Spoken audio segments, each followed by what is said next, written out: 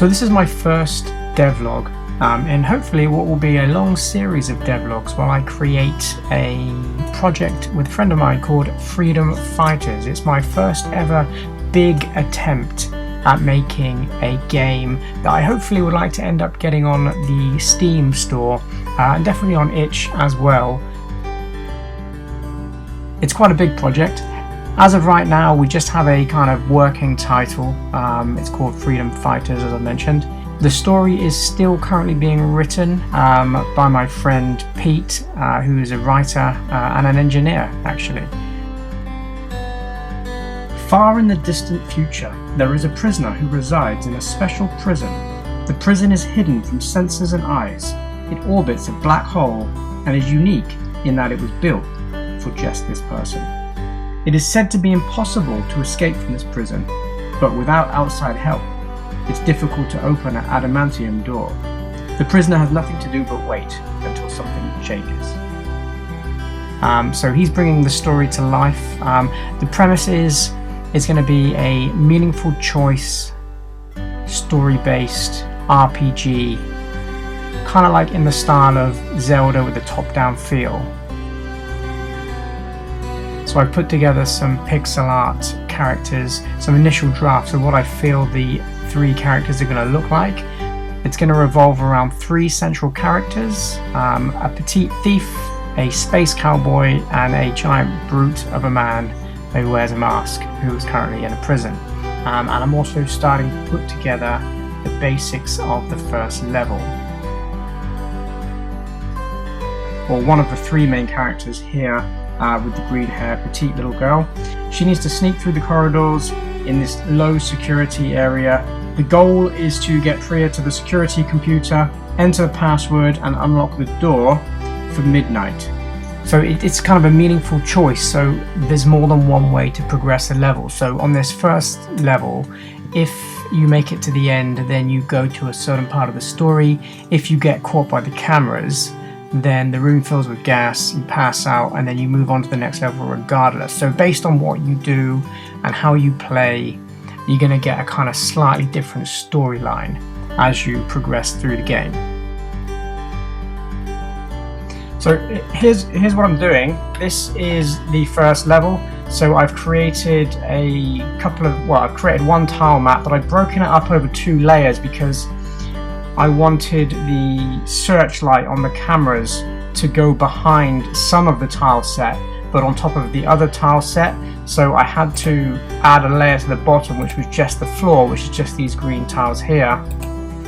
And then I've got a camera zone, which is the light. So then it looks like it's intersecting buildings or the edges of walls and corridors as it moves around. I've got the other tile map layer, which is all the overlay of the walls here, and I designed all of this in Pixel Edit. There's a link in the description if you want to check out that software. It's great for doing tile sets, it's really user friendly, and there's tons of tutorials on YouTube on how to use it. But I created that. I can show you the tile set. So I've basically just got, this is all it is that makes up the whole level. I've got various different wall backgrounds, signs, overlays and things, and corners, and I've just used that to construct this whole map. And then these little windows here and vents, these are just sprites that I've created in Construct that I've just overlaid on top on a backgrounds object layer. I've got 2 layers for objects. I've got background and I've got foreground, because obviously the player will want to be in front of some objects but then behind other objects. So I put the player in the middle, so depending on whether they're in the foreground or the background, they will appear on one of those 2 levels. I've also got a layer just for the player, and I've broken the player up into a sprite and a base. So the base has all of the behaviors, the directional behaviors, and the sprite obviously is for the animations, and I just changed that in the event sheet. And then I've got walls, which is hidden. These are just collisions, so it stops me from walking on all these areas. I've just blocked out where I want that to be. And again, on these little objects here, I've just dropped the wall down slightly so we can't walk all the way up. So it creates, if I show you on here, it means I can walk to the wall there but I can't walk to the wall there. It just gives me more of a sense that I'm in the room, so I can walk to the side of it. And then I've got the HUD layer at the top, which is just currently locked and unavailable, and that's just a black, slightly transparent background, and I've got this little button up here which indicates to push the down arrow key. That'll be more prevalent as I continue to build the level. That slides up. I've just got that set up in a function. I'll show you that in a second. That just slides up when we trigger this. So this is I've just called it trigger, but I've given it an instance variable because I'm reusing it. I've got one down here which has got the instance variable 1. So again, I can then use the event sheet to tell the game which one of these I'm colliding with, and then that in turn, if I unlock the HUD level,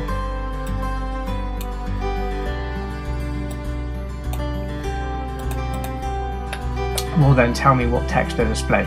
I've also got a text box in here, but I've locked it. There. That's just a generic text box, and I'm keeping that right there because I'm going to use the event sheet to just populate different types of text. That will display all of the text for the entire level in there, but I'm going to change it based on what I'm doing and what stage of the game I'm at. I have a terribly unorganized object folder, so don't judge me. That will be organized soon, and then I'm creating different event sheets for each of the elements in the game. I'm not putting them all on one event sheet, but what I'm doing on here is I'm just including the ones that I need. So I've got one for I've got the main one, I've got one for the player, the enemies, and the doors and the cameras so far. So this one will be kind of like interactivity things. I may change it around. I don't have anything on the enemies yet because I don't have any enemies in the game. On event sheet 1, this is where I'm keeping all the dialogue. I've created 2 functions for the HUD, HUD in, HUD out, and that's just a tween. So that just tweens in. So I'll show you when I trigger the dialog box over here, just tweens the HUD in at the bottom here, which looks kind of nice. And I've set a flashing behavior to that button, so it prompts you to push down the down arrow key. There'll probably be a how to play at the beginning, just to give you an idea of what buttons you need to push, but I think it's pretty evident. And then when you do that, the HUD goes to HUD out. It calls the HUD out function, which is just simply that tween. Then on the dialogue system, I'm using a global variable to track based on the conversation. Obviously there's going to be many conversations in the game, and I'm just calling this initial conversation on layer 1 dialogue 1, and then the number assigned to it is basically telling the system where in the conversation I am and what text needs to be displayed.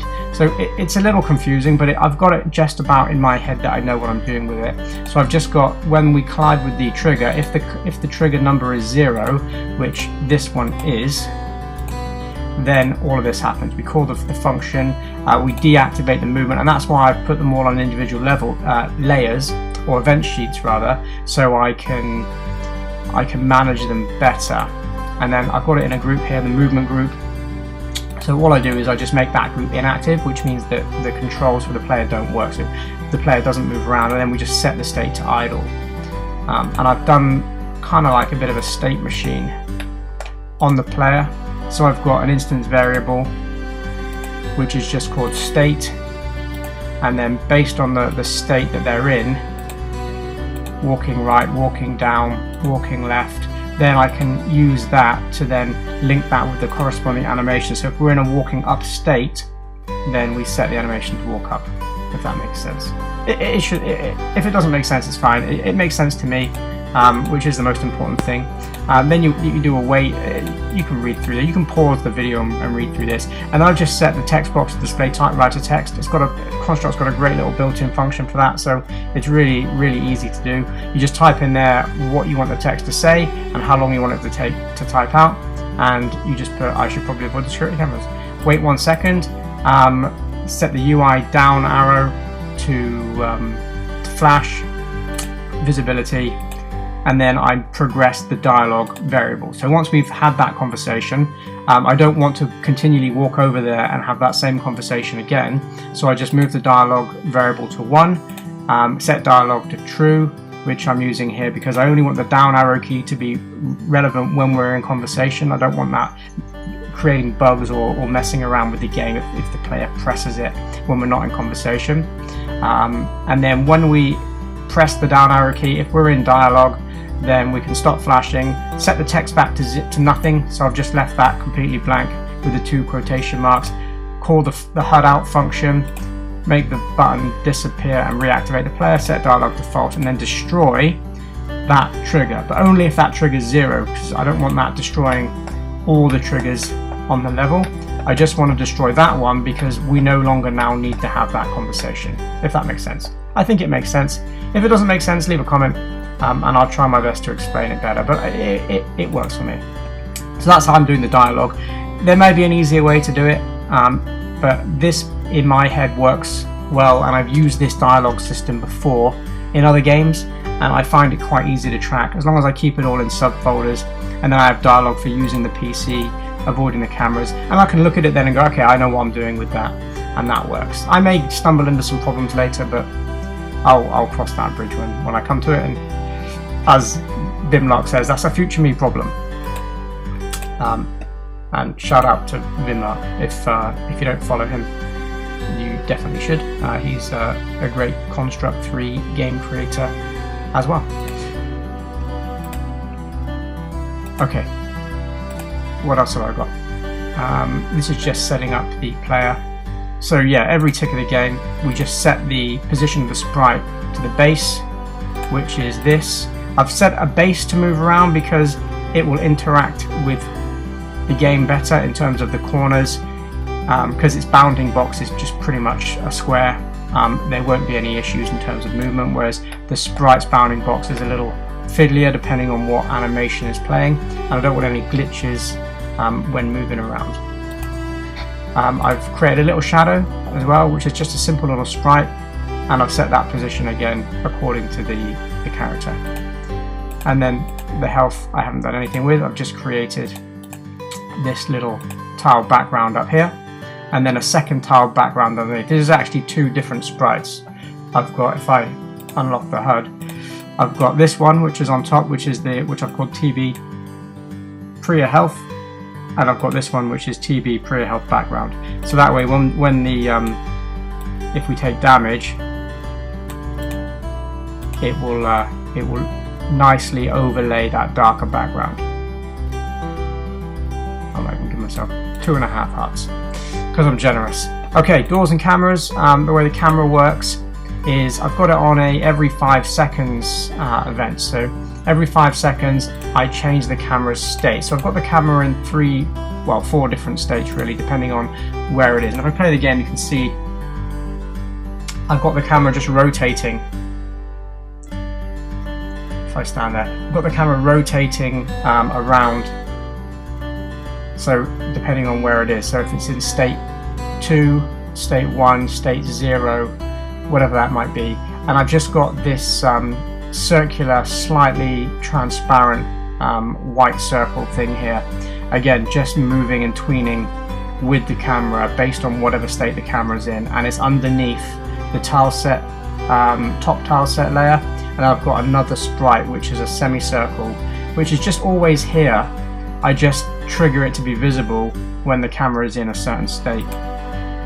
So the way that looks is every 5 seconds we add 1 to the camera state, and I've just added that as a local instance variable here on the camera itself. I'll give it an ID as well because I've got multiple cameras, but I'm not using that at the moment in the event sheet. So yeah, we just tween on an angle because you just tween one property. I've given it the tween behavior, and I've just set the angle to where I want it to be, and I've set the time on how long I want it to take there. And then I've set the sprite zone, which is the white circle, and then the semicircle zone to visible, and then invisible when it's not in those states. So it's pretty simple. And then I've got a little condition down here under the camera group, which basically says if the character here is overlapping that zone, then we change the wall light animation, and those are just little sprites themselves. So this is just one sprite here. So I've just drawn a light, and then I've got it in 2 animation states, off and on. If it's on, it's got an animation which basically plays that so it looks like it's rotating a light around. So all I do is switch the animation to red, and I've also got, which I think, yeah, it's on the alarm layer. So all I've got on here is just one giant tile background, or sprite rather, which I cover the entire map with. And that, again, just, it's on a very simple 2 frames to 1 animation. It's not even on a loop. It doesn't, is it on a loop? It is on a loop. Oh, I've got the speed set to 0, that's why. But I changed that speed in the eventually. So that's just, it gives the whole game a red tint, and then when it's black, it gives it a darker tint. So you can see when I collide with the camera background here, it goes on and off as these things rotate around, which I think gives it quite a nice cool effect. And there's nothing to stop you walking around the level now, so you can actually see the whole level. There's the computer on that side, more vents, and you will be able to progress past this, and the goal obviously will be able to sneak through this level. And again, these corridors aren't finished at all yet. There's going to be a lot more things going on to interact with, and you can see because the camera's on it's on the foreground objects, I can walk underneath it, which is quite nice. What else have I got going on over here? I think that's about it, to be honest. I think that's what I got. So, oh no, the doors. So I've got these doors that open and close, as you've seen here. So all I've got is, what am I seeing here? Get rid of the alarm. Lock that. Get rid of that. Get rid of that. Get rid of that. Okay. So I've just got this again. This trigger, which is just a sprite. I've given it an ID, but I've given it an ID variable. So that one's 0, that one's 1. So depending on which one you collide with, it then opens the corresponding door, which also has an ID as well, and then a state, which is either closed or open. So I know what state it's in. Because what I don't want it to do, and I had a little bit of problem getting this set up correctly in the event sheet, because sometimes it would open and then I would walk back onto this, and because it was open it would then close instead of reopen, but I've managed to get it working great. And the way I did that was, I just show you door 0, and there's 5 doors in this level. It's when it's overlapping the door trigger, if that trigger is the ID 0 and the door is closed, so it has to be closed, and then we do all of this. So we trigger once, as long as the door's ID is 0, which is the corresponding door to the trigger, then we can set the state to open, set the animation to open, play from the beginning, set the animation speed, wait a quarter of a second, then disable the solid, because the door has a solid behavior, so we can't get through it. So we disable that while the door animation opens. Then you wait 1 second, which gives the player enough time to get through, and then we close, and then we wait, and then we enable the solid again, and then we set the state to closed, and that works great. If you can see in here, it opens, and it opens.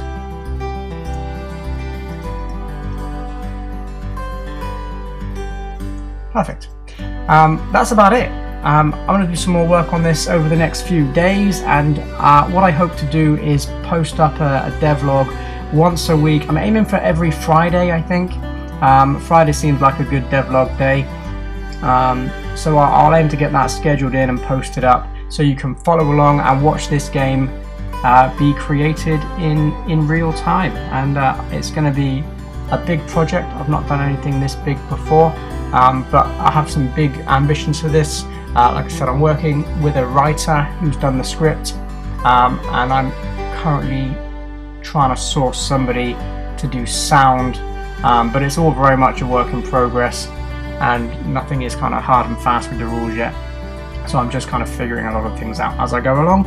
But the story will develop. As the story develops, I will keep you guys filled in. Thanks for watching if you made it this far, and I hope you enjoy follow along and watching my journey.